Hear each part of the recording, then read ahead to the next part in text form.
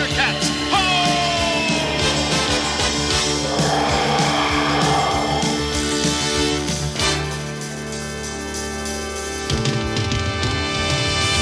Thundercats are on the move. Thundercats are loose. Feel the magic, hear the roar. Thundercats are loose. Thunder, thunder, thunder, Thundercats. Thunder, thunder, thunder, Thundercats. Thunder, thunder, Thundercats. Thunder, thunder, thunder, Thundercats.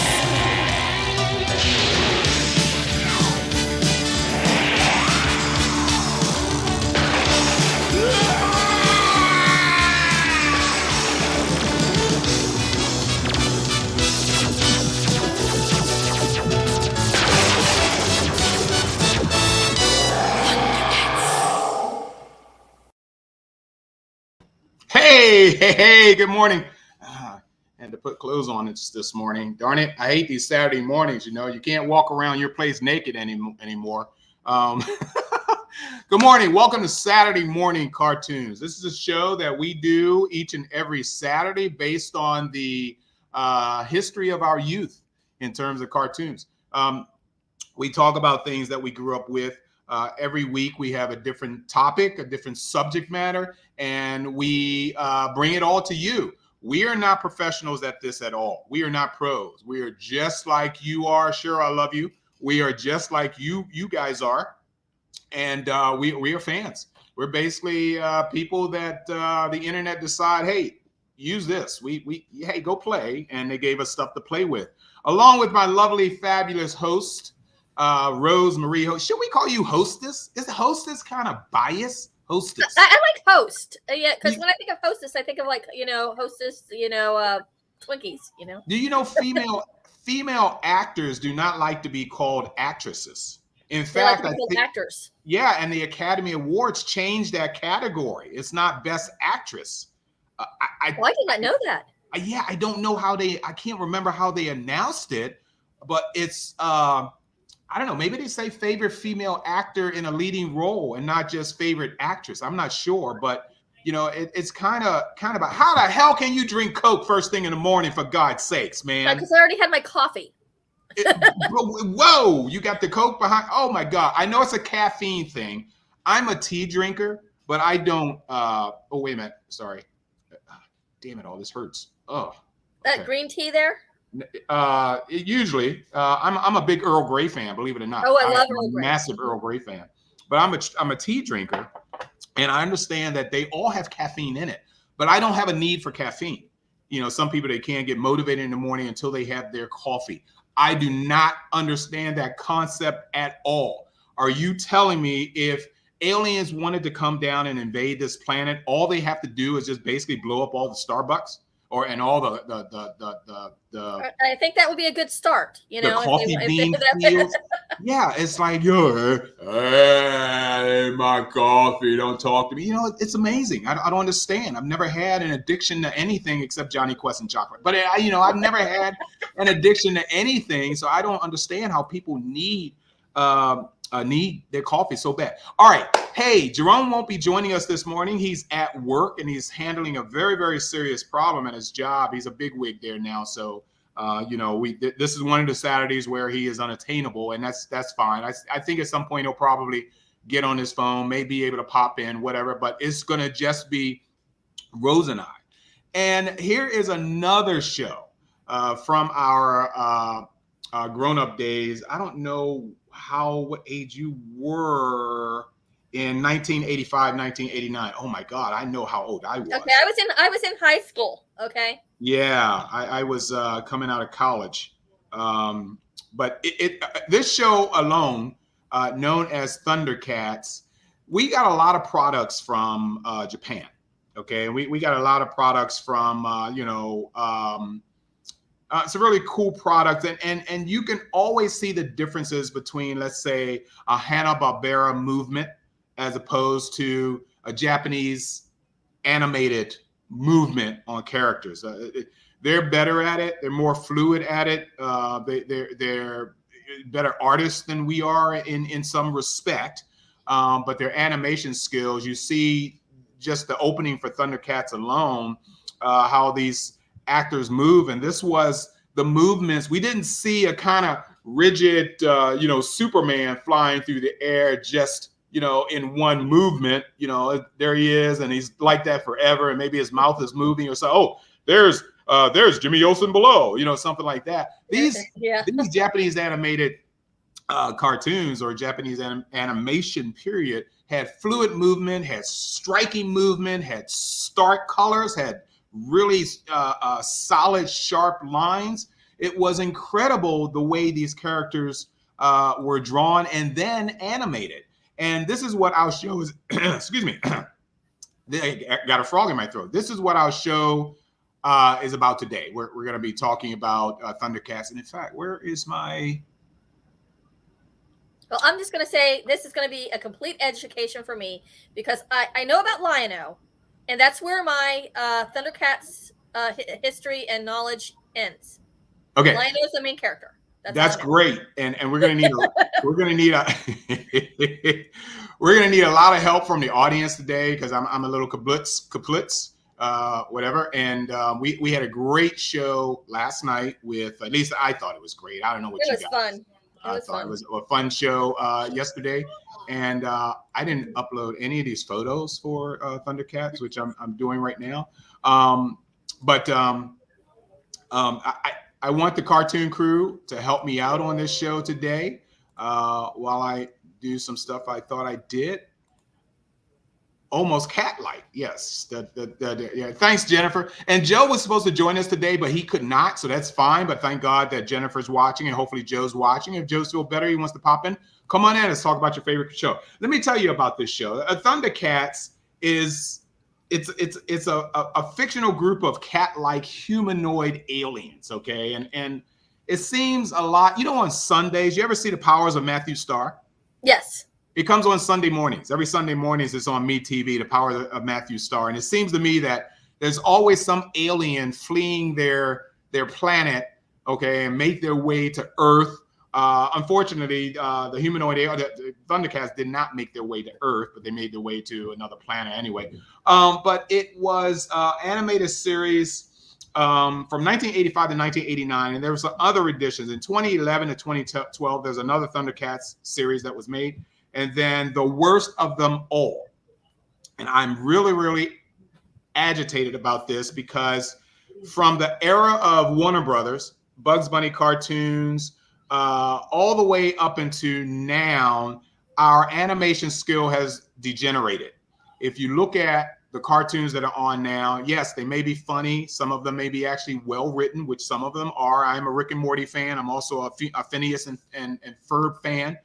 Very well written and acted out. But the animation sucks. Okay, I really hate it. Thus comes along in 2020, ThunderCats Roar. And I mean, it is the worst. And I am so upset at what I saw with that. It was almost as if a 5-year-old drew the animation.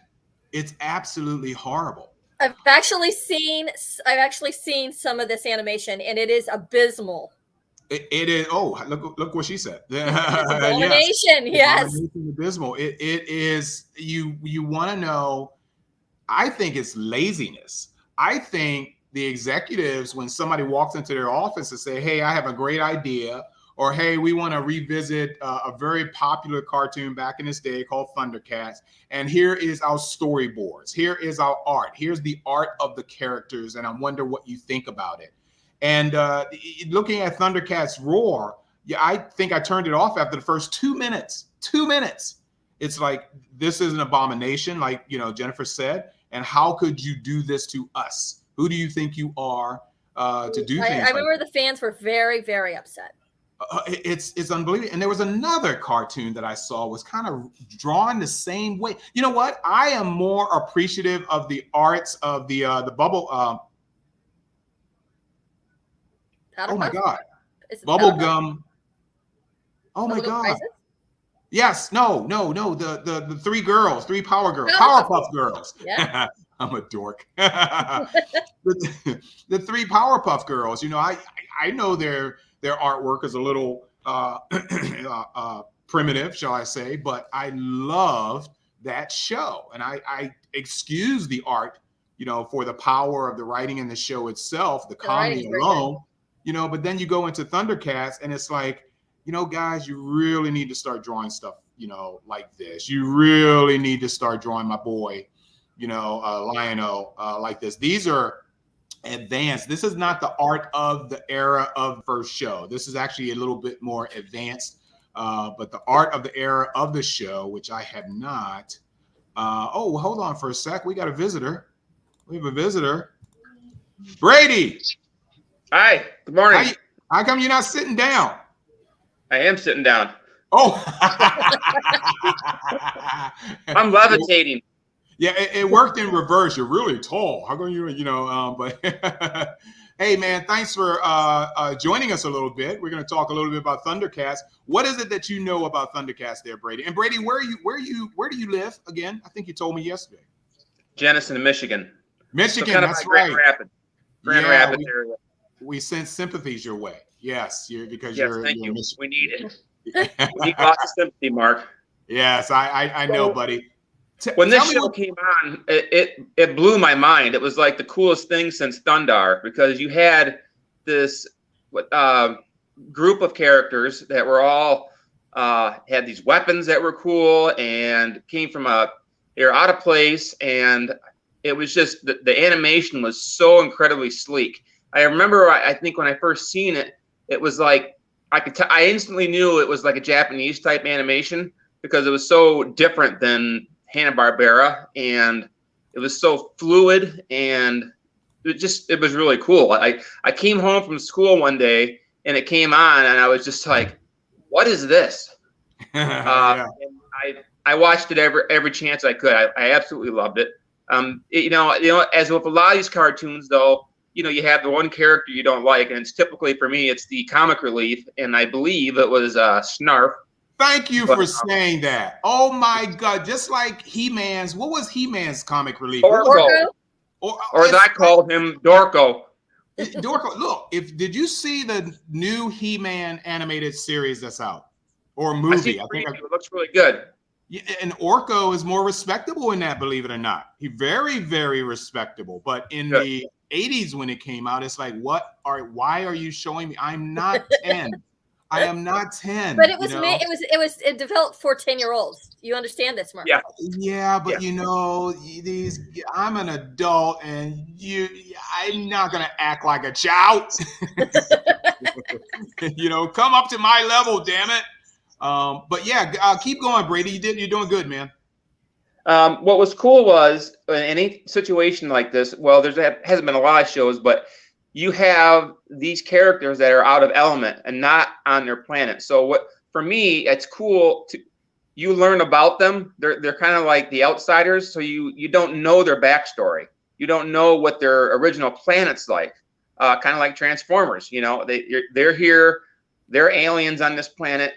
So you learn about them as the show goes. And I don't think it really got into a lot of exposition on their origin, but they got a pass with this Mumm-Ra guy, and it's what you don't know about shows like this that I like. So their background is what I liked, and just got really good characters. Back in the 80s when this came out, I was big into the whole ninja thing, and here you got this guy Panthro with these nunchucks that had claws, and they all had these unique weapons, and that sword that like grew, and it was just really cool. And I loved it to death. I don't know if I've seen every episode, but I made it a point to watch it, and it was very unique. And it was very, I think, for me, what got me the most was the animation. I had not seen that fluidity other than the Ralph Bakshi animated Lord of the Rings thing, where he basically drew over people. But the fluidity of the animation and the action, I mean, it was a very intense show. I got a lot to show you guys this morning. And hey, by the way, welcome, Grant. Good morning, buddy boy. You're making some great comments so far. Please keep it up. Yeah, you seem like you're intelligent. And yeah, you're right. He did look like he was standing. So how tall are you? 6'1". Okay, that explains it now. There you go. He and I are the same height. Well, wait a minute. I'm standing too. What? Yeah, you didn't say? Never mind. Anyway, guys, I thought you levitated. Guys, I'm going to show you two things. The first thing I'm going to show you is a lost intro to ThunderCats. And then the second thing I'm going to show you, we're going to, during the show, go through, there was literally a documentary made of ThunderCats, and it has some incredible information on it. And I'm going to share some of that as much as I possibly can get away with. I'm going to share that with you as well. But I want you guys to look at this first. And this actually gets into Brady's story of not having a backstory or anything of that nature. And I found this and I thought it was incredibly interesting. So let's look at this.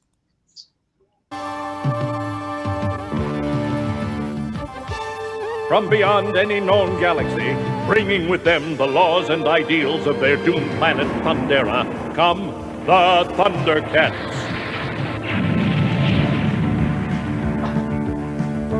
Jaga, the wise.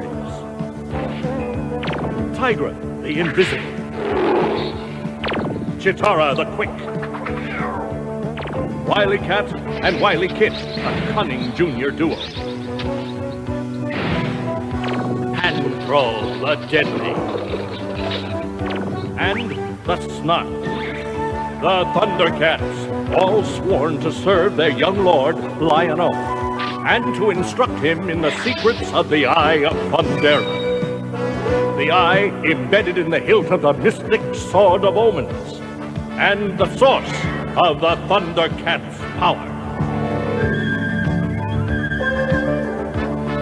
Thunder, thunder, thunder, ThunderCats, ho!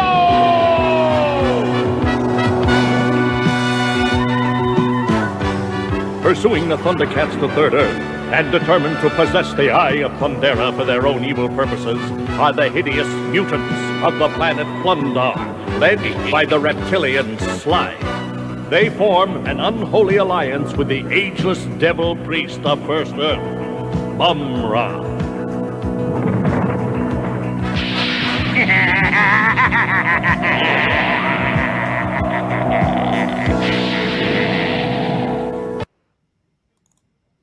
All right, so that is the lost intro, which actually ends up describing a lot of the characters, their names, and things of that nature. And you don't see that in the original ThunderCats intro every week.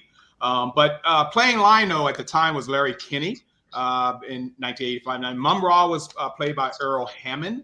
Chitara, who I had such the crush on Chitara, man. Do you know that in the first opening episode, Chitara was naked? I mean, really? If you're into, I would have remembered that. Yeah, if you're into naked cats, you know, and then they go and put clothes on them. So most hey, cats Joe, are generally naked. So. Say again. I said most cats are generally naked. Well, yeah, you know, but you know, she's still. You know, it surprises me, Mark, because you hate real life cats, but you love the ThunderCats. Yes, I do. I'm sorry. I'm a hypocrite. I'm a hypocrite. I'm sorry. You know, I'm Master of the Universe Revelation is probably the best continuation of a classic cartoon ever done from the 80s, Joe says. Yes, because we were talking about Master's Universe, which is incredible. Mr. Lee, oh no, it was furries before furries. Yes, Mr. Oh, dude that's blessed with my same last name. We also had Earl Hyman, who was Panthro, which was a great character. And we're going to talk about him more. Then there's Peter Newman, who played Tigra. And I don't have the names here of the two kits and cats or whatever you want to call them. which is probably a good thing. Okay, they weren't bad. I think they were better than the Wonder Twins. Okay, because they were, I mean, they had explosives. They were throwing bombs at people while they were swinging through the trees. You know, they could They were fight. lethal. Yeah, they were pretty freaking lethal. And the thing with the Thundercats was that all of these characters had individual skills. They were a good-looking group if you want to think of Beauty and Cats. But it was, you know, you had a tiger, you had a cheetah, you had a panther. I don't know what the kits and cats were, probably baby tigers and whatever. And then you had Lion-O, who's supposed to be king of the forest or king of the jungle anyway, as a lion. But it is an incredible show that I think they put together. But so why don't we find out how all of this came about? Stand by, guys, while I cue this up. So please listen to this or watch this.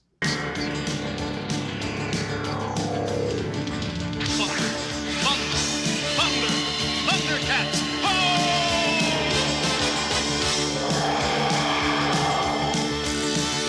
My father first talked to me about it fairly early. He said, "What do you think of Thundercats?" And I said, "Thundercats? What is a Thundercat?" And the first thing I remember him telling me was I had this idea for a series that involved superhumans that had the form of cats, what parts of them were going to be animal, what parts of them were going to be human. And he would put that down when he pitched it. And it was kind of like I say, Thundercats, Thundercats, Thundercats. And after a while, it really started saying, yeah.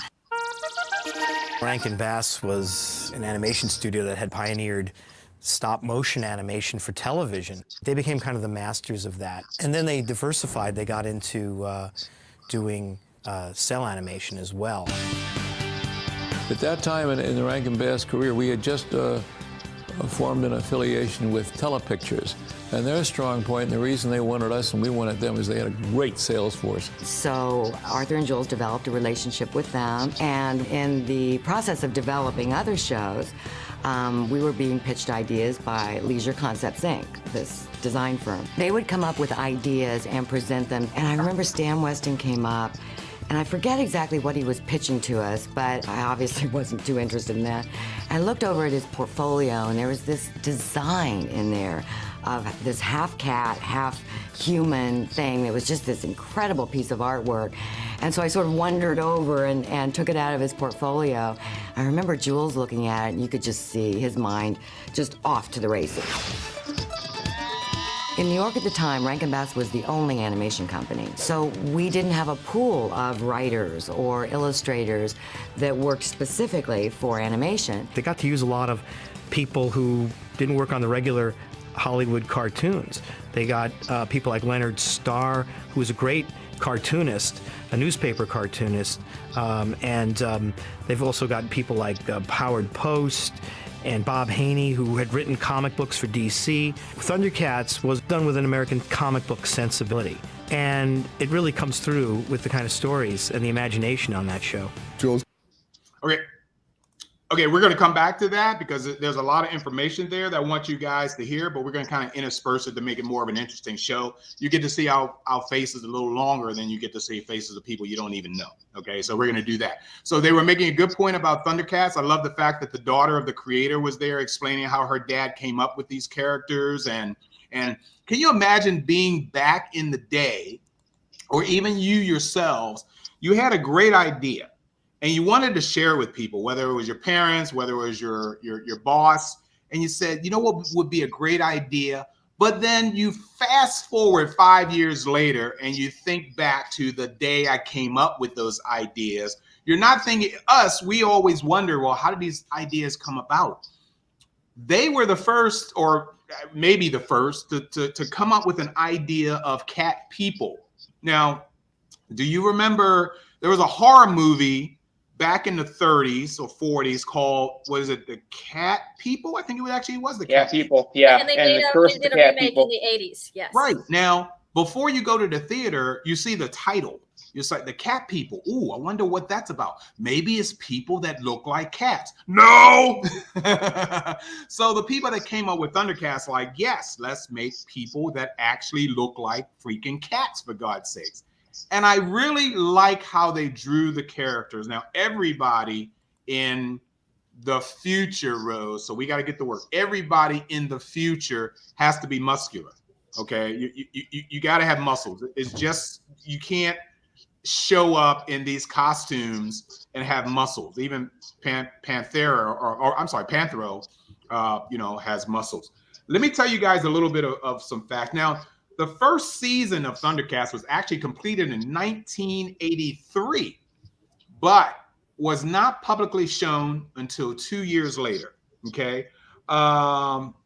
There was a big movie planned, ThunderCats the movie, or ThunderCats Ho. The movie was planned in 1987. Let's see here. The leader of the ThunderCats, okay, Lion-O, is mostly a This is so wrong. Okay, guys, Lion-O is mostly a child in an adult's body. Early in the series, the ThunderCats enter suspended animation during an interplanetary journey. Lion-O enters the suspension capsule as a child and emerges years later as a muscular adult without having any memories of the intervening years. Man, that sucked. You just stole my childhood. The leader, or basically was their mentor, name was Jaga. He died, believe it or not, he dies from old age in the initial episodes. However, he stays around as a ghost and often plays key parts in various stories. Now, what about Mumm-Ra? Well, while Mumm-Ra, who is the bad guy in this, who you saw form into big muscular mummy, while Mumm-Ra displays many powers during the course of the series, the most consistent one is that he cannot actually die or be destroyed. He is restored after whatever disaster befalls his body. As Mumm-Ra, the ever-living, explains it, his name is Mumm-Ra, the ever-living. He explains it, wherever evil exists, Mumm-Ra lives. How'd I do? I do okay? Is that okay? You guys like that? It's pretty cool. Pretty good. It's pretty good. You like that? Okay. All right. Whatever. Anyway, so that's the part. Let's listen a little bit more here. And asked if I could come into Rankin-Bass's office. Everybody was gone. Jules was there alone, and he had an easel set up with some posters of cat people. There was a Panther Man and the Tiger Man, that sort of thing. There was also, what turned out to be the Thunder Tank. The best thing about it was the logo, the lettering on the logo was just sensational. So he said, "Can you do a treatment?" So I said, when do you want it? And he says, "Tomorrow."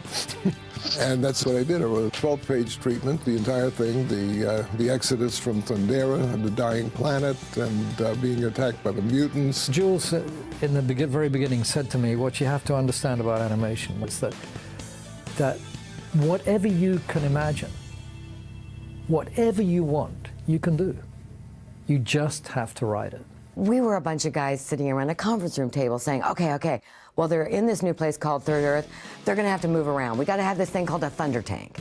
And then, okay, well, they can't just go to the gas station. So we have to invent this thing called Thundrillium that the Thunder Tank runs on. And they can't find it. So what you must do is open your mind to anything. So it never occurred to me that, we couldn't have an Egyptian character with a spaceship. Why couldn't we have Thunder Tanks? As long as you could somehow fit it within that format. Just getting everyone around the conference table for 2-3 long day sessions and just kicking ideas around. ThunderCats Ho! I had ThunderCats Ho, and Jules added the Thunder building on it. You could. All right, we're going to stop this short just to kind of avoid the censors or the getting tagged, and I may have already been tagged. I don't know, but anyway, so Rose, can you give me a little bit, and of course, Cartoon Crew, chime in. You guys are doing well so far. Tell me everything and anything that you know about ThunderCats, favorite characters, favorite episodes, whatever. Favorite episodes would be cool. If you guys can remember that, especially Joe. I know you're watching. I hope your head gets better. I hope you can pop on just to say hello. But you made this point here that ThunderCats, though, was the best of the action adventure 80s cartoons. Well, we could argue that, 80s, yes, but they were still rerunning Johnny Quest. But anyway, so Rose, so after what you've seen so far, especially us witnessing the process of developing a cartoon. And I like to see, like I mentioned before, the process, how people come up with ideas and present it to the board and talk to the board about, hey, yeah, don't laugh at me, but I want to do a cartoon about cat people. You know.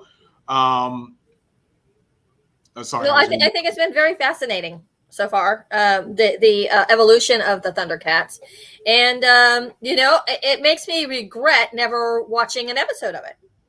Well, I don't know where it's playing. I don't know if HBO Max has it or Netflix has it. If anybody can chime in to tell me where we can find the Thundercats, I'd really appreciate it, because I would really love to go and watch this series again.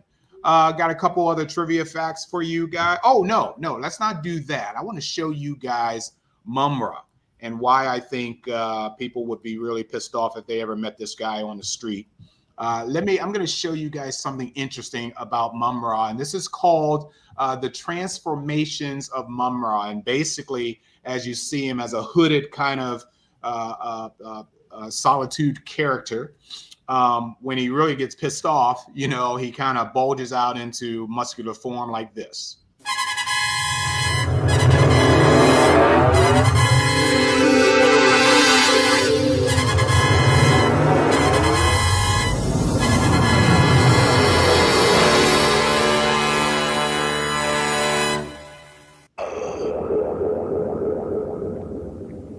Ancient spirits of evil, transform this decayed form to Mumm-Ra, the ever-living!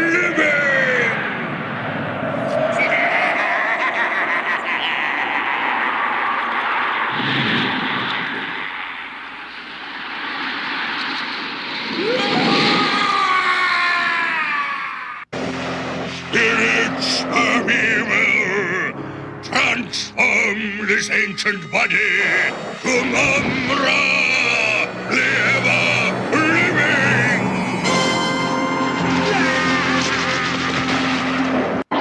Ancient spirits of evil, transform this decayed form to Mumm-Ra, the ever-living! Okay, I think after a while, I probably tell him to shut the hell up, you know? So does he go back? He has to revert back to the old form then? Yes, he reverts back to that old form, but I'm assuming when he wants to do some kind of evil doing stuff that he kind of, you know, he's got a lot of henchmen, because these are the people, or critters, the critters that the Thundercats fight. You know, Brady, do you remember any of the type of critters that I keep saying critters, any of the type of animal form enemies that the Thundercats fight? Oh, can't hear you. He's muted. Oh, hold on.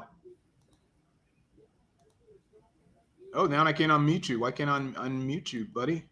Hey, try to unmute yourself if you can do that. Oh, there you go. You got it. Brady? Oh, hold on. It reverted back to that. Well, let's drop the...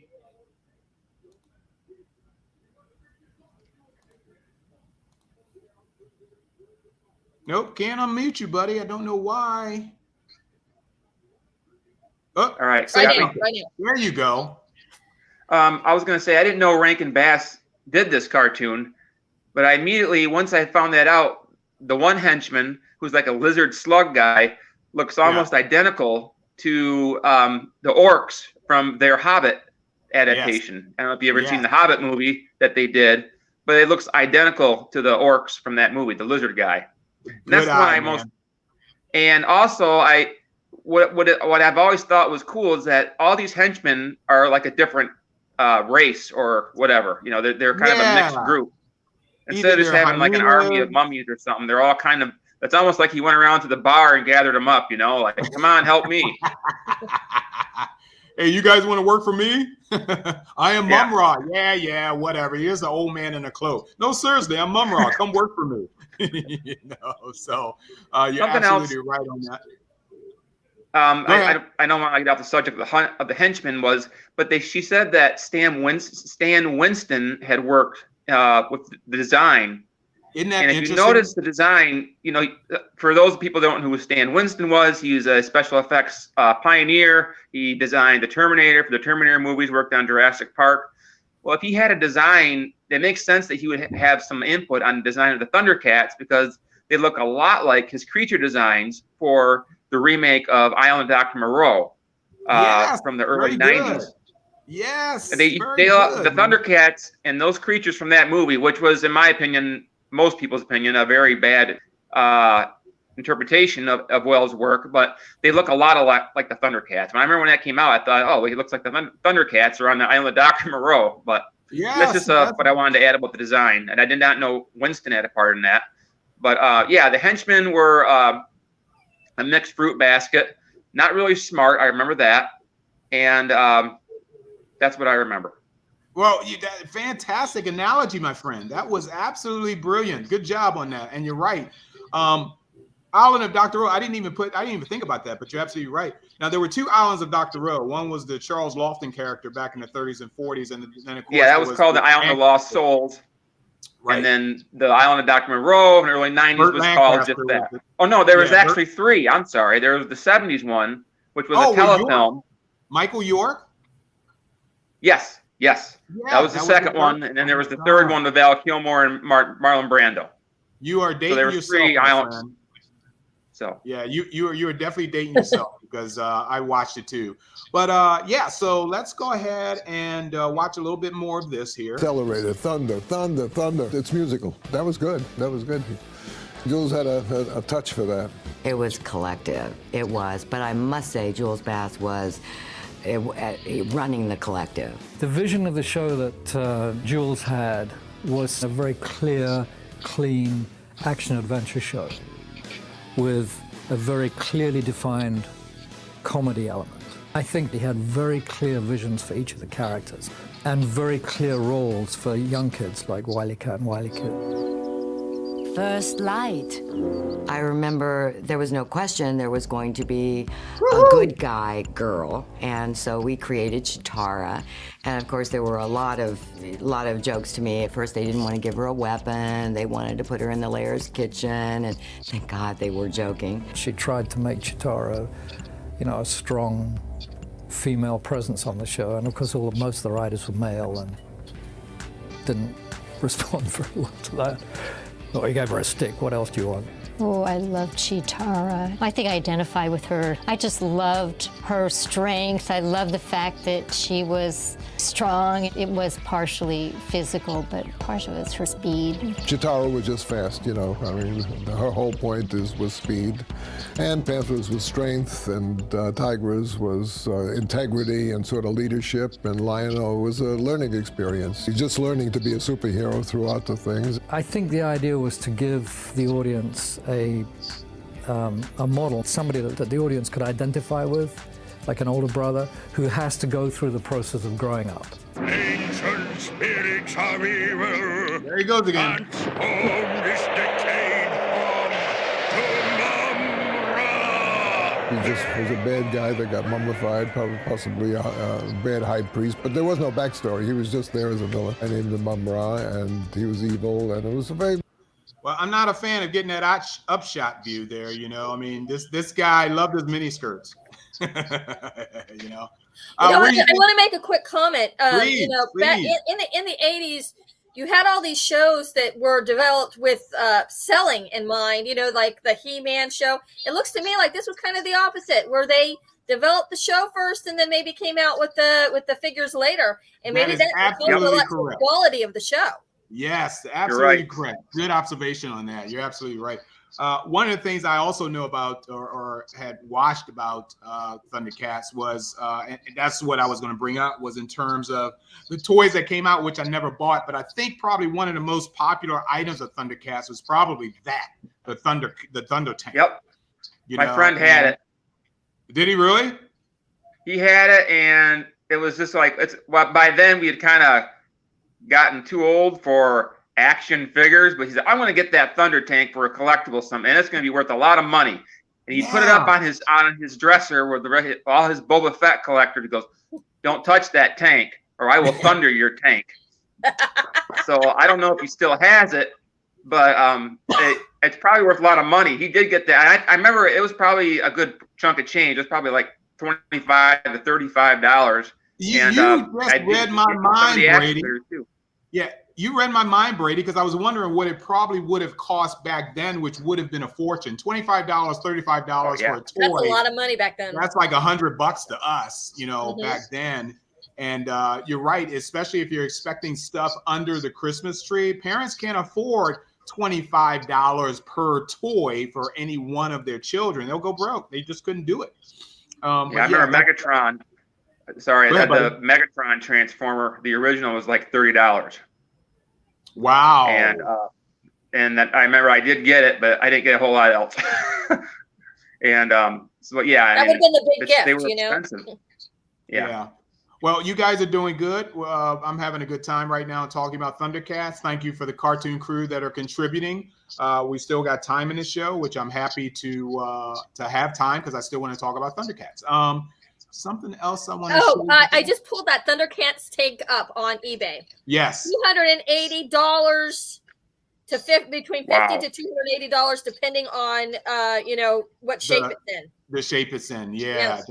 That is wow. I'm not surprised. Yeah, that's freaking. I'm gonna have to look that guy up and say, "You still got that Thunder tank?" Because I heard it's worth $5. I'll buy it off you. Yeah. All right. Well, since this is a show about good versus bad, let's look at a little bit about how Lion-O had his first encounter with Mumm-Ra.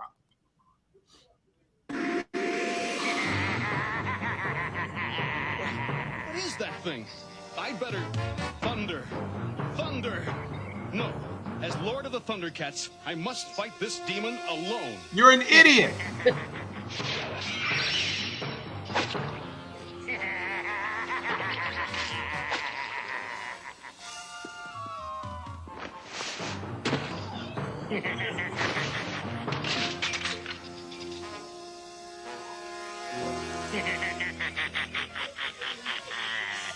You think to destroy Mumm-Ra, the ever-living? It cannot be done, boy. The ever-living? This creature isn't mortal. If I can still just... Thunder! ThunderCats! Ho! Oh, God, shut up. ThunderCats! Ho!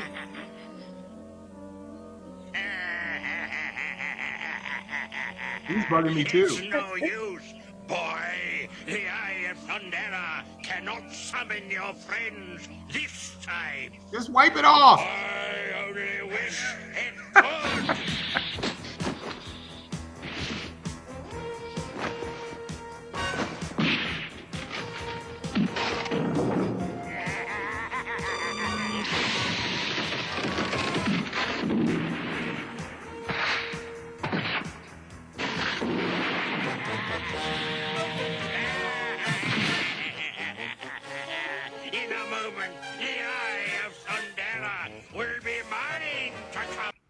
All right, that's enough of him.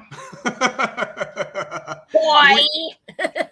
Yeah, and we all know who this, how this ends up. Ladies and gentlemen, without further ado, the guy that was supposed to be here first thing in the morning anyway has popped on. I am so glad to introduce to you guys Joe Thompson. He's a ThunderCat freak. Hey, Joe. Hope you feel better. How you feeling, buddy? It was a rough night. Some bad headaches, but it looked like it, man. And I pray for you and bless that you're gonna have a cure for that pretty soon. Nobody wants to go through pain. I appreciate it. Yeah, I've been seeing a lot of doctors. I've got a great care team right now, so I'm sure they're gonna give you taken care of. So, but I was watching your awesome show as usual, and I was just like, I gotta chime in. You were asking about favorite episodes. Yes. And that's really what I was like, okay, I gotta jump on here and chime in. So I mean, my hair's a mess. Look at that. That's okay. You're fine. It's Saturday morning cartoons, dude. You're not ready to go in public yet, I barely had my coffee yet, so there you go. There you go. Another one. All right. No, I'm actually okay. I'm not one of those jerks. I mean I may not function well without it. I am an addict, but I'm not a jerk without my coffee. You know, Okay, that's a I'm good a point. jerk. I'm a jerk with or without my coffee. I see. But no, so I had to look up the name of the episode because I remember, you know, what the content of it. I had to go back and look up the name. So, just like a little backstory. Obviously, like this show for me, I was the perfect target audience. You know, not only, I mean, this was a time. This was a little bit after He-Man. He-Man was, I think, one of the bigger cartoons I remember really liking when I was a kid. You know, I was a little boy. I mean, you know, that was 82, I think, 82, 81, 83 for He-Man. He-Man. Yeah, Yep. I think it was, yeah. Mhm. And I remember like my mom taking me to the circus and then finding out that a new He-Man figure had come out and asking her to take me to Toys R Us after so I could get the action figure. Like that's how obsessed I was with He-Man, right? So then, you know, after He-Man, you know, you got Transformers, G.I. Joe, and then, you know, those kind of popped up around early 85. And then ThunderCats hit.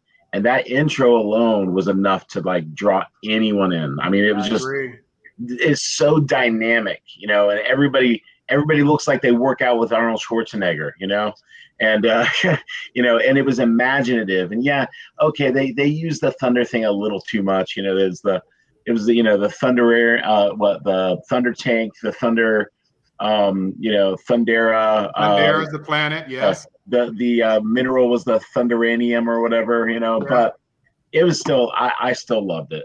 But what really, the first episode is widely considered by ThunderCats fans as one of the best.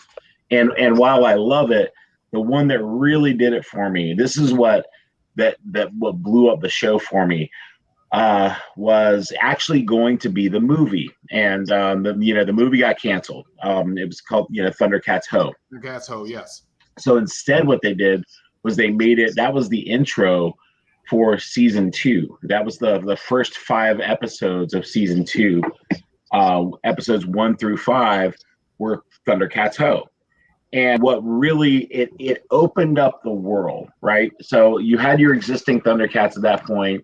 You know, everybody had been, you know, living there on Third Earth. And that's another cool thing. Sorry, I'm fixing my camera. That's another cool thing.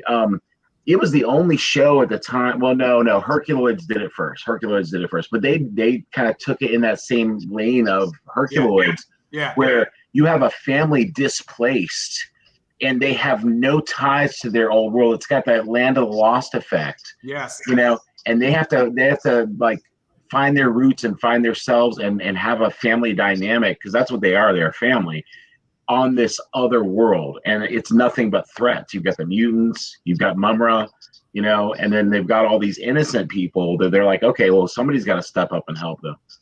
But season 2 opened everything up, because what it did was it introduced new ThunderCats that also crash landed on Third Earth. How do I not know this? Yeah, and so and I was already a huge, like, I loved Panthro and I loved Tigra. I mean, like those were my boys. I mean, those were the coolest. I mean, you got Tigra, who's got this, you know, cool whip, the Bolo whip, and he can disappear. So he's like a, you know, kind of covert operations dude. And then, of course, you know, Panthro, the engineer with his, you know, killer nunchucks with the claws on the end. I mean, you know, nobody messes with Panthro. But then season 2 introduced Bengali. So Bengali was like a Bengal tiger version of oh, yes, I do remember Tigra. that. Yep. Yeah. White, wasn't he a white Bengal yep. tiger? Yes. Yeah. White tiger with blue stripes. Yep. Yes. There was Lynxo. He was like a grizzled kind of war veteran, eye patch and everything. And then Mumm-Ra. So these characters like were introduced, and it really expanded things. It kind of made you think, okay, you're not, because so many of the 80s cartoons were made to sell toys. I mean, that's why they made them. You know, they were trying to sell kids like me toys. They wanted us to ask for it for our birthday and for Christmas and use our allowance to buy toys. That's the whole, you know, deal. So obviously, for a show like this, and they had spent so much time on the storyline, how are we going to add more Thundercats? You know, like, okay, you know, I'm sure the brainstorming session was like they were talking about, sitting there for, you know, meetings for days. And then, oh, wait, there's another crash-landed ship. And it worked, you know, because it expanded on what they already had. It felt natural. For a kid like me, I was like, wait, there's more Thundercats? Yeah. Cool, dude. Sign me up. Yeah. So, but yeah, it was a really, it was a neat neat series of episodes. So you're saying it was the first, would you say 4 episodes of season 2 as your episode 5 episodes, yeah, first 5 episodes. First 5 episodes of season 2 that was your favorite. Yeah. Oh, wait a minute, what are you saying here? They attempted a terrible reboot. Yes. Yes, Oh, we did touch on that, Tony. It was before you popped on, buddy. Thundercats Roar, which we won't even talk about anymore. Okay. We won't even talk about it. But they did do a reboot before the Thundercats Ho. So between the original and 2011, I think, is when they did another reboot. Lightly touched on it because it was, yes, we did lightly touch on it. And now you made us think about it again. Thanks a lot, Tony. Anyway, so that is some awesome insight. Let's watch a little bit more of this real quick if we can. It's like the Boris Karloff mummy, you know, walking around like that. But Jules made him the monster. And there was a lot of transformation going on at that time. You know, cars would turn into big robots and that sort of thing. And so transformation seemed like a good idea. I love those toys. There's your boy, Panthro.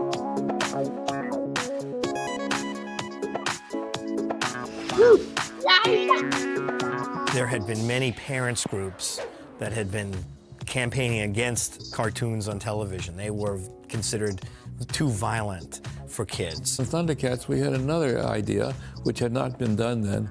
And with all of the action going on, there was always a moral to the story that was, if you will, sugar-coated and hidden in there for kids to observe. And we had Robert Cusis, a child psychologist, who advised us on that. Children's TV is going to go on. If we're going to produce it, let's bring someone on and who's going to do something positive for kids. My job as a consultant was really to review scripts to make sure that the content was not going to be harmful. And then the idea emerged to write morals. He would look at our outlines. He would then decide, okay, this story is definitely going to adapt itself very well to lessons and responsibility. And we would then meet with the writer and discuss on the second draft how we could expand that. I let him get to me, and until I can control that, I've got a long way to go. Lino and his development is something kids could identify with.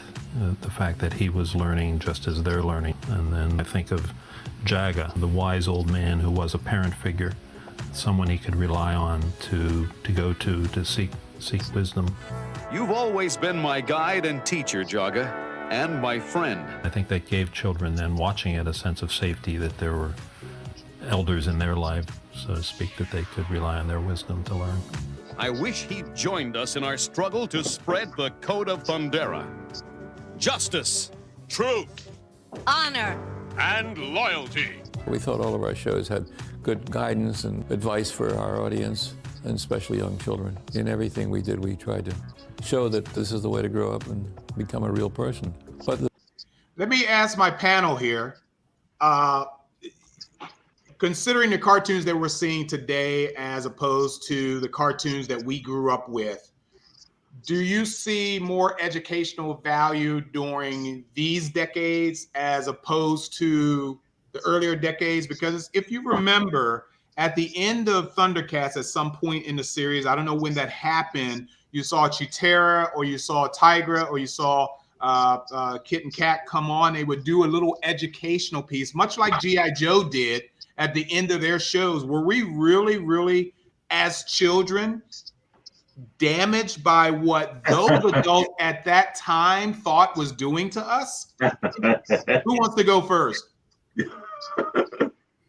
Yeah, I don't know about you, but I'm going to defer to the guys. I'm going to defer to you guys right now. Go ahead. I think I remember that happening a lot on 80s cartoons. G.I. Joe was probably the most notable because they had the whole segment, even with the intro, and so with G.I. Joe it was borderline propaganda. It felt like like in Captain America, where he starts doing all those PSAs. Yes, it felt like it was like for the American government, but it felt a little bit more natural with Thundercats. I know even the Ghostbusters cartoon did that. Even Ninja Turtles did, and granted, Ghostbusters, Ninja Turtles, those cartoons were late 80s. I think it's I always looked at it as a kid as this is a trade-off, right? I get a free cartoon. Like, I'm not paying anything for the cartoon. They were coming on over the station. Yes, and over the airwaves. And yeah, exactly. And even back then, like you wanted to see the commercials because there was no internet. So the only way you found out that new cool stuff was happening was from commercials. That's when you got to see the new movies that were coming out, the new toys that were coming out, the new candies that was coming out, everything that they were trying to sell you. So I always looked at those PSAs as like, this is my trade-off. This is what I have to deal with in order to watch this cartoon, is sit through your little kind of teaching me how to be a good human. And some of it, most of it were there were good morals and there were good points to it. They're telling you to stay off drugs and don't be a bully and help others. Some of it was redundant, and do I think it ever got through to a kid? Do I think that there was ever any kids that sat there and were like, Lion-O's right, I should brush my teeth tonight? No, I don't think it worked, but I appreciate the trade-off, and I don't have a problem with it, but you don't see that these days. And I don't think the cartoons, and I watch a decent bit. I still have a house full of kids, and I love cartoons. So I don't think cartoons these days do have much of a moral fiber. Yeah, know. But for the cartoons we're talking about back during our era, even though we probably didn't say, yeah, Lino, maybe you're right, even though we didn't really say that, I think the message kind of stuck in the back of our heads, because with the help of that, in addition to our parents, this is what we've grown up into. We're not going out jumping off a building because we know that Superman can do it. It didn't hurt him, so why would it hurt me? We weren't idiots. We looked at Warner Brother cartoons, Bugs Bunny, Roadrunner. Coyote got hit by an anvil on top of the head. I don't know how many times. He should have been brain dead after the first strike. But we know not to try that. In real life. I'm not going to say, hey, buddy boy, let me bang you over the top of the head with a hammer because I want to see this really huge knot grow, to a point. No, we knew better than that. And with the help of our parents and with the help of these messages too, even though we blew them off, I think in a real life situation, it might have showed up in the back of our head and you better not do that because G.I. Joe said not to do that. Tigra said not to do that. Chitara said not to do that. So I'm going to say the testament in those lessons is that we still remember them today. Knowing is half the battle. We get stuck in our head. Yes, absolutely right. Because I'm saying it. Oh my God, my coworkers, for some bizarre reason, who aren't nerds and geeks and like me, Lord knows, a lot of them are too young to even know G.I. Joe. I'm hearing them coming up sometimes and saying, and knowing is half the battle. It's my kids know it. Stuck, you know? Yeah, my kids know it because they've heard me say it their entire life. Yeah. They've never watched anything G.I. Joe. They don't even know any of the characters. But yeah, they know that. So somebody said time for timer. That might be Cheryl. I'm not good on that, but today's generation is why we have so many warning labels. Very, very interesting. She's absolutely right.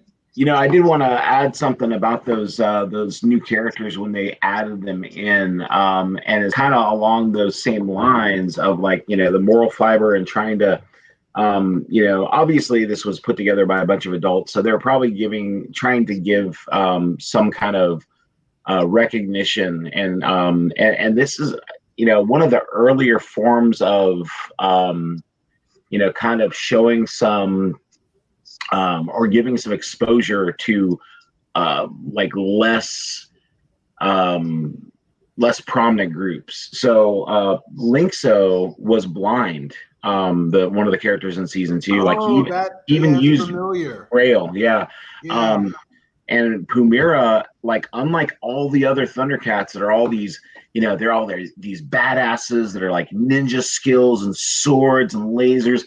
She was a healer, you know. So you know, she was that was her power, was healing, you know, and she took like a maternal role towards the Wily kittens, Wily Cat, Wily Kit, and then Bengali, he was a former like war general, and this dude had this big ass hammer and was just, you know, ready to rock, and he could, you know, slam. But he actually kind of was more of a pacifist and didn't really want to fight. So it showed a different side than, they didn't just cookie cutter them all in. You know, they all kind of did some new things with the you know, second generation of Thundercats. So I'm going through all these upgraded characters or newly introduced characters that you're mentioning. Yeah, that's Bengali there. I loved Bengali, man. Bengali was just, he's so stark, that blue and white. He just, I mean, he was striking from a visual perspective. Yeah, that's really cool. Yeah, so the show's going great so far. I'm really appreciative of you guys joining in. Let me get this off the screen here. We're going to look at a little bit of the a documentary. Can't show it all, but I implore you guys to go seek it out like I did. I just Googled Thundercats. And in YouTube, good. Make sure you're on the YouTube screen. I Google Thundercats, and there's so much that can come up. We try. Hey, Jerome, by the way, good morning, Jerome. Glad you could view us. Jerome. Good to see you, brother. Morning, Jerome. Okay, Cheryl. Yeah, we knew it wasn't you, Cheryl. So I'm going to go ahead and let me get this off the screen here now that we saw some of the characters that was added that Joe, thank God he came on, mentioned. I have 2 more clips to show you guys, but we're going to continue a little bit more with what we were watching just to get a little bit more information Message never dominated the storytelling itself. And yes, it was good for the stations to be able to point out that they were doing public service work along with their adventure programming. Sword of Omens, come to my hand. Sword of Omens, come to my hand. Those volcanic eruptions are creating a magnetic field that's destroying our communications. What are we going to do, Lion-O? Shall we have children? We had the freedom to create these characters any way the director would let us, basically, and do whatever sounds and give whatever expression we could. And Lee Donecker was in charge of all of the actors and directed and produced most of the voice recordings. And we created this stock company of a dozen actors that would come and do their parts on a regular basis. Larry Kinney was one of our first hires as Lion-O. There was just no question. He could be the American superhero. The first thing I thought to myself was, I don't want to play him like a superhero, because that's the first thing, you know, I'm Lion-O, and you're. But they kept saying to me, well, we want a strong superhero voice. So I just basically tried to make him vulnerable and yet strong, you know. Lion-O was the youngster. And so it was somewhat about the more mature characters like Tigra giving him guidance as we went. We had to settle on how these characters not only were going to sound, but what their attitudes were going to be. I wanted Tigra to be a real guy, a man's man. And so he would help Lion-O develop into maturity. So, and sometimes when I listen to Tigra, I say, boy, this is a square dude, kind of, you know?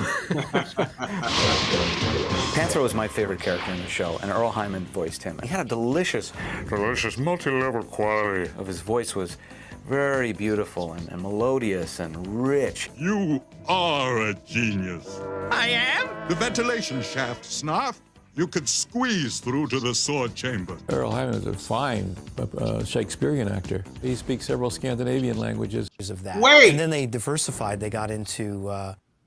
Guys, do you know who Earl Hammond is? He looks very familiar. Oh, yeah. He was Bill Cosby's dad in The Cosby Show. Yes. Oh, yeah. Yes. Yeah. Oh, my God. I didn't know that myself. I did not know that. familiar. Cell animation as well. At that time in the Rankin-Bass career, we had just It started back. It started formed forward. an affiliation with Telepictures. I'm sorry? And their It strong went back. point, and the reason they Yeah, wanted this is the beginning again. Yeah. Oh, it did? Oh, okay. Yeah. Sorry about that. Let's see. I think I'm about there. Hopefully. Boy, this is a square dude, Okay. kind of, you know? Little forward. Panthro was my favorite character in the show, and Earl Hyman voiced him. He had a delicious, multi-level quality of his voice was very beautiful and melodious and rich. You are a genius. I am? The ventilation shaft, Snarf.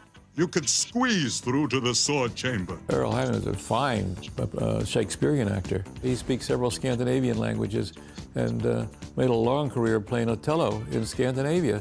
Hadn't you better slither back to your castle, Plundar, mutant? Lynn Lipton in the studio helped in creating her voice. I think hit just the right pitch. She had to have a voice that was feminine, though strong enough to carry Lion-O. So you had to pitch her, you know, we are going to do this, Lion-O. And, you know, you had to pitch her so that she had such a remarkable sense of strength I love and this yet woman. motherly. And some of the guys have said to me that I was their fantasy growing up. Yes, you were. Yes. I mean, I'm kind of flattered. Now, Mumm-Ra is this 80-foot tall guy. And remember that mucus coming out of his mouth and stuff? That was Earl. It wasn't mucus, but whenever he had to do the line, ancient spirits of evil, transform this decayed form into, and then we'd all back away in the corner, Mumm-Ra! It'd be all over the room. I don't know if anybody expected Earl to come up with the Mumm-Ra he created. It was so outrageous. Sometimes we just stand and watch him do these speeches, and he'd go into the fiendish laugh, and we just applaud. We just applaud after it was finished. Whoever you are, I'd let me go if I were you. I'm a Thundercat. Bob McFadden, he was Snarf. He created this wonderful sound for it. Are you guys gonna take this? If you could see his face when he was doing it, he was Snarf. I mean, he became Snarf. Bob McFadden was crazy. I mean, the characters that would come out of him, he was like a Robin Williams. He could do 50 characters, and he'd do it within 3 minutes. He had this architecture in his brain, this ability to create these characters and spit them out at you, and it was like this magic laboratory in there. We all played many, many characters. Each of us played at least 2 or 3 of the main characters. So we would audition for that in the studio as we were recording the episode. You know, we'd say, okay, guys, who wants to audition for him? We'd hold our hands up, and you'd read a couple of lines. You are doomed, Thundercat. This time we've got you. Jacqueline, when he did that voice, we all just, yes, oh master, yeah. It was terrific. It was great. And I'm happy to say, when I did Monkey, and everybody kind of just said, yeah, that's the voice. Lion-O, your time has come. I remember several times when Lion-O would have conversations with Jackal-Man, both of whom I voiced. I always preferred just to do them real time. For example, if Lion-O was sitting there, you know, contemplating, and he heard, Well, Lion-O, I see you're here alone. Jackal-Man, how did you... Never mind how I got in. Awesome. Where are the other Thundercats? Don't worry about it. I should have known the Territor didn't mean us any harm when the Sword of Omens didn't obey me. And anyway, it was just plain stupid to assume it might be bad just... What am I talking about? Any kind of recording session, you're going to have outtakes. People saying, oh, poo-poo, I messed up a word. And the engineers always save it, and they play it for their friends at parties and stuff. Lion-O, we're not... What's the matter, Snarf? I got a cold. Okay, you can hear me saying, Thunder! Thunder! Thunder! Thundercats! I'm going too high. and then there's one where I go, anyway, We've got to find the Mumm-Ra's cave and take the Samoflange and put it... What the Samoflange? They would go off the script all the time, or they just make mistakes, and it's funny to hear Lionel goof up. It was very hard to keep from laughing when an actor is doing that thing, must reach the boulder, that's kind of strained, must got to lift, which was in the script all the time. Chitara, Panthro, my leg, I can't move. Every episode, something was wrong with his leg. And when you watch another human being doing that, it's very hard to keep from laughing. He was terrific. We played hard in the studio, but we worked hard as well. When I said, okay, page 28, let's do it again, they were back up to that mic, giving the performance of their lives each and every half hour. We did become a family, and there were birthdays, and there were marriages, and there were babies, and we all went through them together.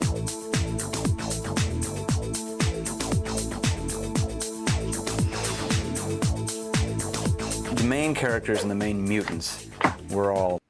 Hey, I just wanted to let you guys know, this is almost over. It'd be sad to stop it now. So if you guys don't mind, I want to play it all the way through as let's see, it goes to... Yeah, let's just play it. It's been enjoyable so far. Hey, I'm having a ball. Go ahead, Joe.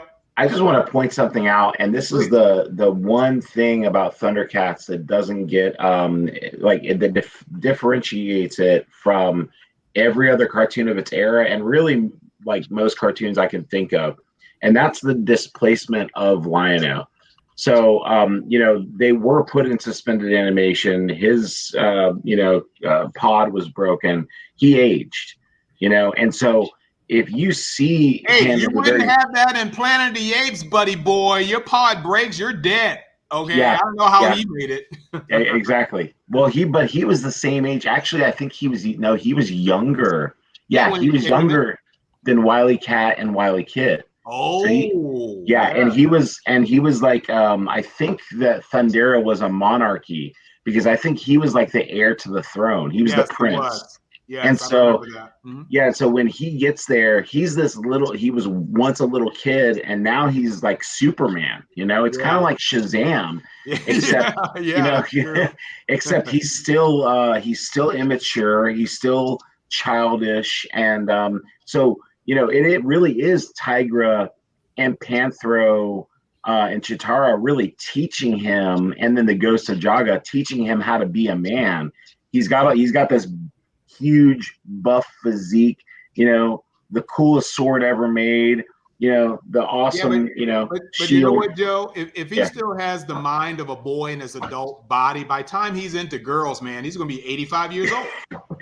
Hey, man, that's the ship will have sailed for Chitara. I mean, she's always going to look at him as a little kid. So, I mean, I guess I'm available. Maybe he can find one of the mutants. Maybe there's a mutant girl out there that's kind of hot when he's 85. Oh, great! He'll hook up with Jackal Man or something like that. Jackal Woman, Jackal Woman, yeah. Good morning, Thorsten, over in Germany, watching us. Appreciate it. You're going to be a guest host soon as well. But let's go ahead and finish up this series and get out of here. Set in stone. And so they needed me to do character design for the new, the guest stars that would come in, and the ships and the crafts and the weird, monstery little Third Earth spiders. Mumm-Ra was the first character I designed. I worked all day on Mumm-Ra, and they really liked it. It was good. I often would just go with whatever picture came to mind right away, and then let someone else go, no. The horns don't come out of his lower lip. They're out of the top of his head. I think the writers would come up dry sometimes, and they would, to try to create a Third Earth character or an animal, and they'd go a llama with a duck bill, and they'd an octopus with a duck bill. The duck bill was like this thing that was like a magic bullet. And so one day I created a duck-billed samurai who was this really mean-looking Japanese imperial warrior with this big duck bill. That never made it in the show. That would have been cool. That would have. They would write the scripts, do the voice tracks in the US, and then they would send it to Japan for animation. The Japanese studio did the finished animation, the cells, the backgrounds, and all that. The thing with Rankin-Bass was they made very early ties with Japanese animation studios. They did it first. They just knew that there was a lot of talent in that country that could produce this animation. Arthur was the one that worked more closely with the designers and basically helped Masaki Iizuka for ThunderCats create his studio, which was really, we joked, it was Rankin-Bass East a lot of the time. Pacific Animation Corporation was what he formed, and we used them in our animation process. They're very talented people, and we always welcome suggestions from everyone in our group. And as you know, no film is made by one person. Everyone has some input. So we depended a lot on Pacific Animation Corp to carry the ball. And of course, you can't tell from a drawing the way people walk. They did all that. They created all that. They brought them to life, basically. The style of animation was beautifully Japanese. I mean, it was anime, and it was even before the American audience fell in love with anime. ThunderCats, as a US-based animation series, was completely different looking from the other adventure animation shows that were on at the time, and mainly because it was animated in Japan. And you can tell the Japanese had their own unique style. There's a lot of movement, animation of mechanical objects, the style of the background art, something almost like an abstract piece of Jackson Pollock art.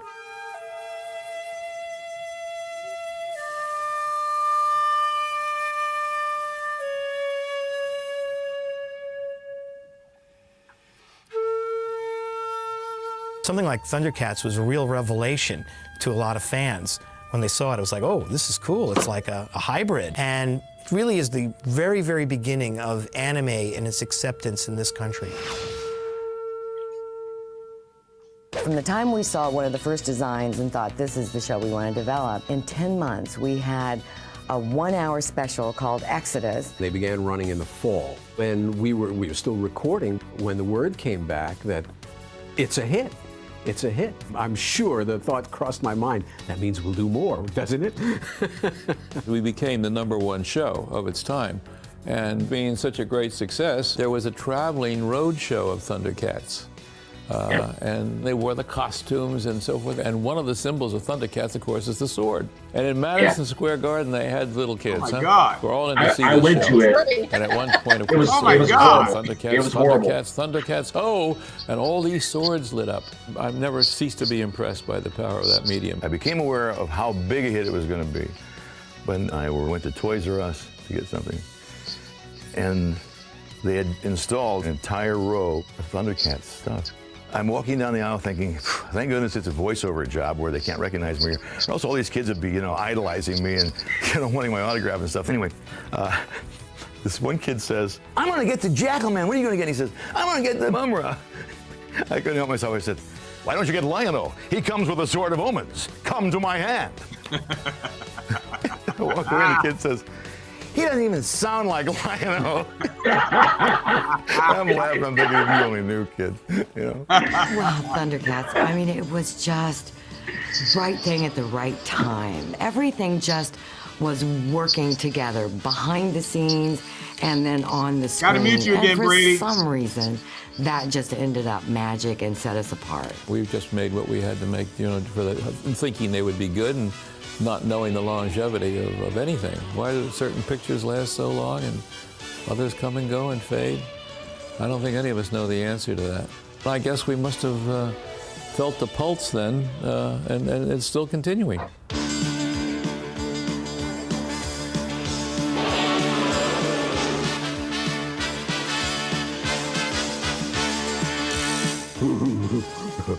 It's a little embarrassing, but thanks for watching ThunderCats.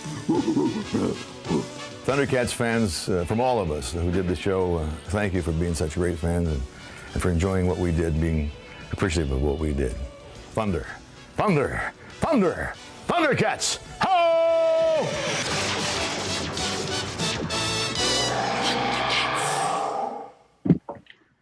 That was brilliant. That's awesome. That's so awesome. Hold on, Brady. Yeah, I had to mute you, Brady. Our voices is coming through your speaker and back into the broadcast. That's why I knocked you out for a sec. Sorry. Oh, no, not your fault. I'd like to point out, please. ThunderCats, like a lot of these shows, had a Marvel comic adaptation. I believe it was only 4 issues, and it was part of their children's line of comic book for a while. I believe it was only 4 issues, but it was even more watered down version of ThunderCats, kid friendly. But it was pretty good. So if you need more ThunderCats, look it up. There's 4 issues of that comic.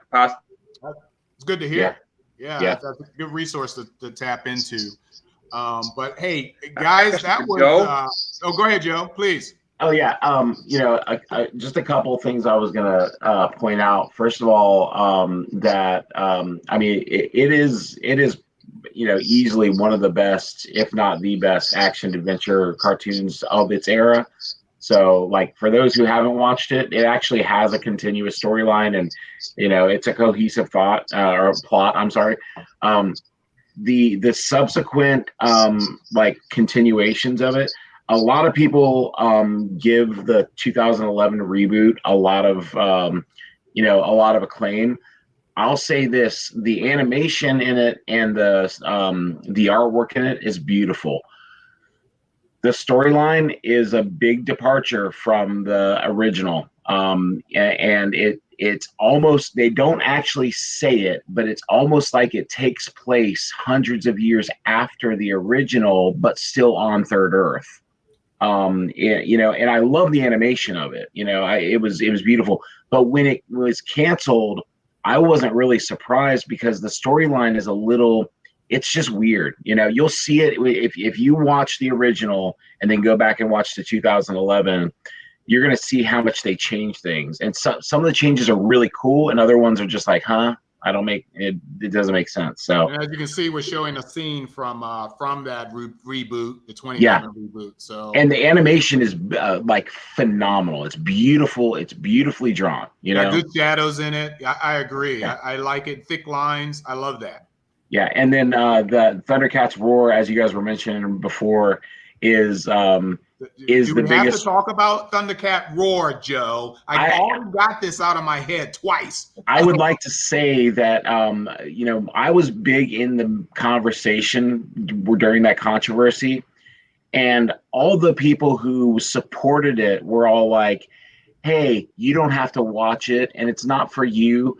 And I would just like to say on that note, when you create something that a generation of children latch onto, and then they grow up, and then you try and reboot it or sequelize it or adapt it for the film or whatever, I think it's entirely disrespectful to your fan base to change it in such a way that they can't either share it with their children and enjoy the nostalgia of it, or that they can't enjoy it themselves.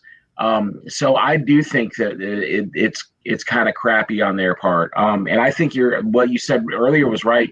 Whoever okayed this garbage didn't care about the IP at all. They didn't care about the intellectual property, and they didn't care about the fans that were devoted to it. But I have high hopes. I believe we will see Thundercats come back someday. I think we'll see either a reboot, especially after Master of the Universe, a new reboot. It's time for a movie. It's really, even if it goes on Netflix or HBO Max, it's time for a movie. There's a movie in the works, and so this is a very different movie because it is not a live action. It is a CG animated blend of CG and 2D animation. They haven't shown anything, but the way they've talked about it, it's going to look very different from anything else that's out there. And the director is in love with the property. So I have high hopes for the new reboot, the new film. So well, you set me up for something here. So in ending this show, first off, I want to thank everybody that joined us. Brady, you were a lifesaver here. I really appreciate it. Rose and I can do these shows on our own. Yeah, Rose and I can do this show on our own, but in terms of your intellectual properties, in terms of Thundercats, we really needed some help. Yeah, we really appreciate you being on, Brady, and you too, Joe. It's just really enlightening. I'm gagging right now watching this video. I'm really about to punch my monitor in the face. This is really cheap. You can just see how cheap this is. Yeah. Even SpongeBob looks better than this. Yeah. You're absolutely right. It does. You're absolutely right. But look at this. It makes you wonder, why would you do a caricature like this? And if only if there's somebody to market it or make money off it. I don't know why they would do this caricature. Yeah, I mean, this is the dumbing down of America, ladies and gentlemen. Okay, we as in our 30s and 40s and 50s and so on we knew what we came from, where the animators and the story writers spent a lot of time developing series. Johnny Quest wasn't meant for children, but with the time and the animation, the work that they put into it, even going all the way back to Bugs Bunny and Warner Brother cartoons, the opera in a cartoon, my God, you have to be a really intelligent child to know. We're still singing the opera now, thanks to Bugs Bunny, you know, but then they go completely in total reverse. And they say, oh, our children aren't smart enough to appreciate quality-oriented screenwriting and script writing and all this kind of stuff. So let's show them this. They'll really like it. So what are you sitting, a 3-year-old in front of the TV and say, here you go, let's entertain you?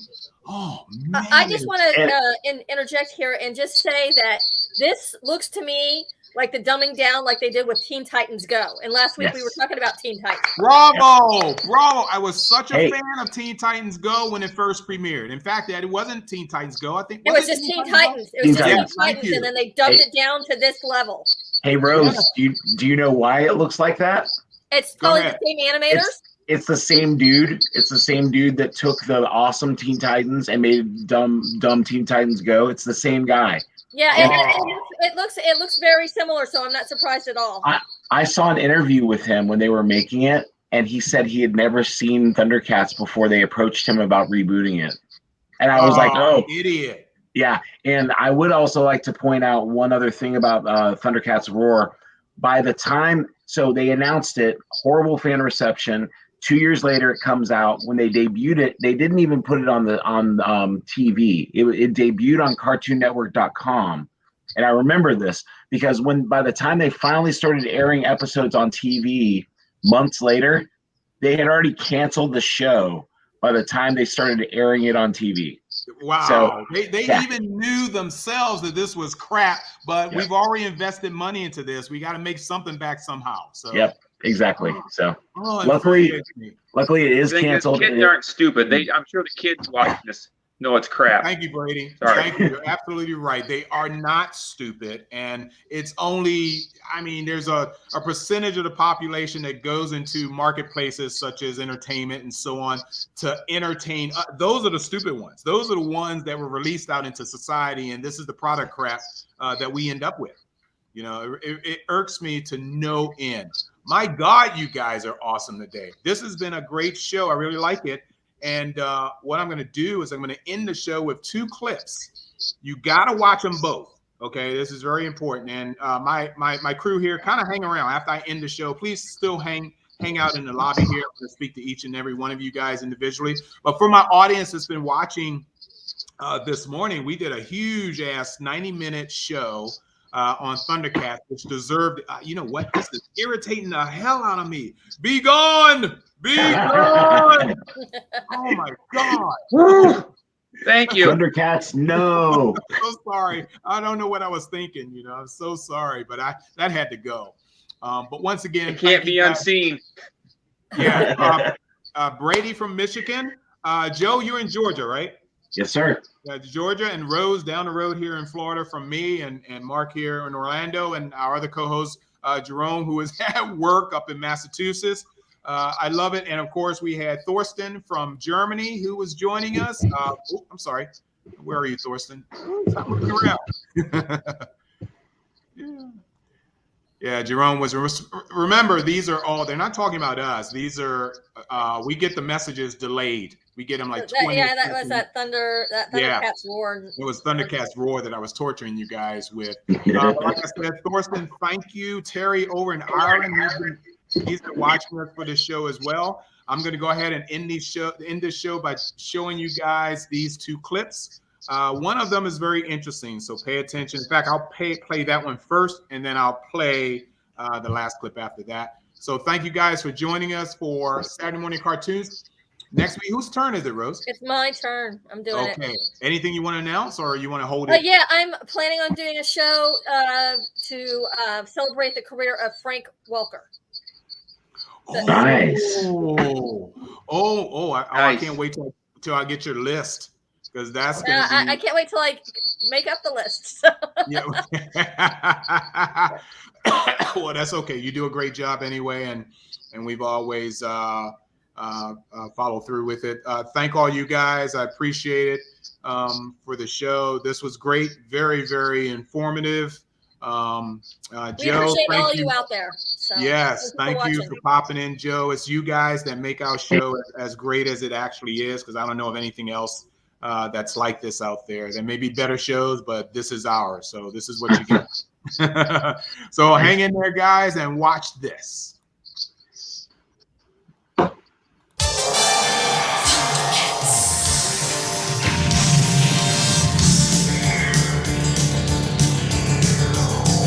Yeah.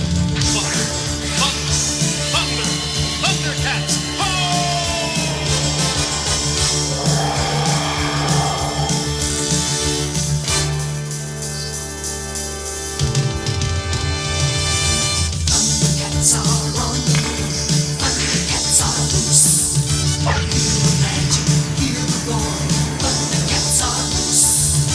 Thunder, thunder, thunder, Thundercats. Thunder, thunder, thunder, Thundercats. Thunder, thunder, Thundercats. Thunder, thunder, thunder, Thundercats.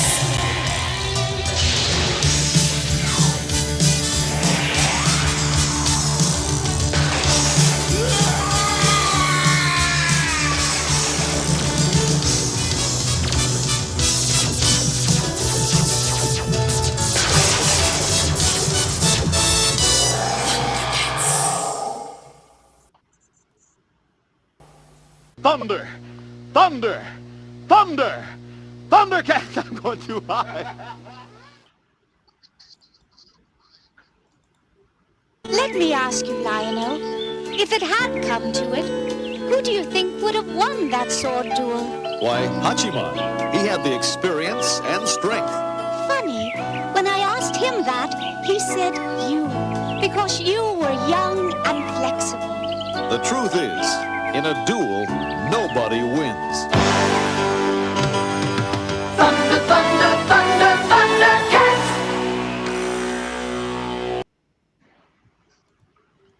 Thank you, guys. We'll be seeing you guys next week. So